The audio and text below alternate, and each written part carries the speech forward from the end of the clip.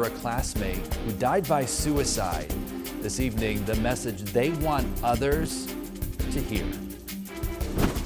Good evening at 11 o'clock. I'm Don Shipman. Members of the small community of Waterville gathered this evening to remember a 16-year-old transgender boy who died by suicide earlier this week. Friends say that he was bullied and wasn't fully accepted.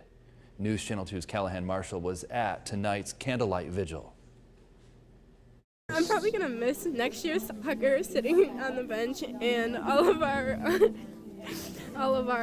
band trips together. In New York City, we gave a hobo money. Memories from two friends of 16-year-old Jason Pomeroy of Waterville. Pomeroy was a transgender teen who died by suicide earlier this week. It's not believable, and just right now, I can't believe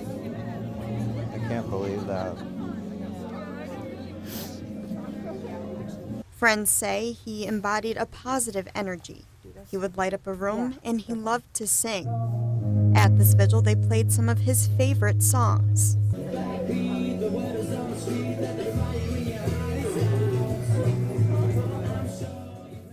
When I asked his friends if he was accepted in school, they said, No.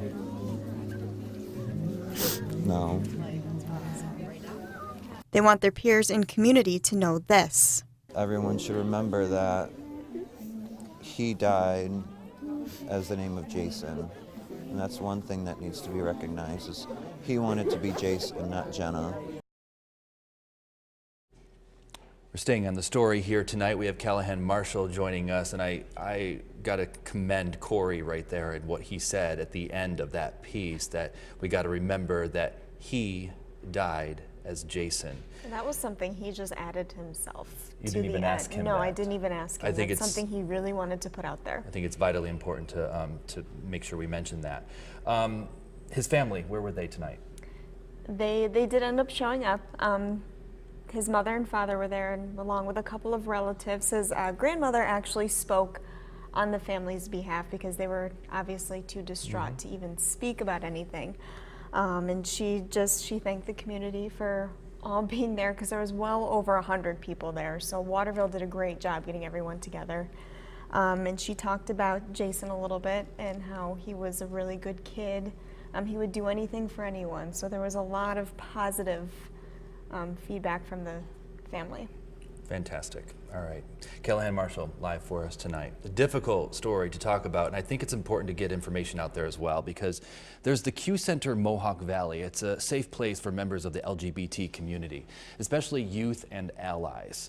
So the center is in Utica, and it holds after-school programs. There's support groups for kids and their parents.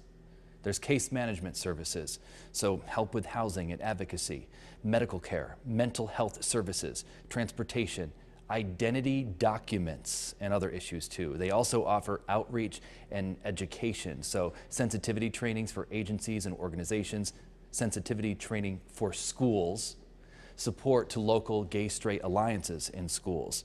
And if you'd like to learn more about the Q Center and its services, you can call them at 315-793-0661. And we're also posting this information at WKTV.com. And I have a link to the Q Center website on my social media platforms tonight. Let's get a first check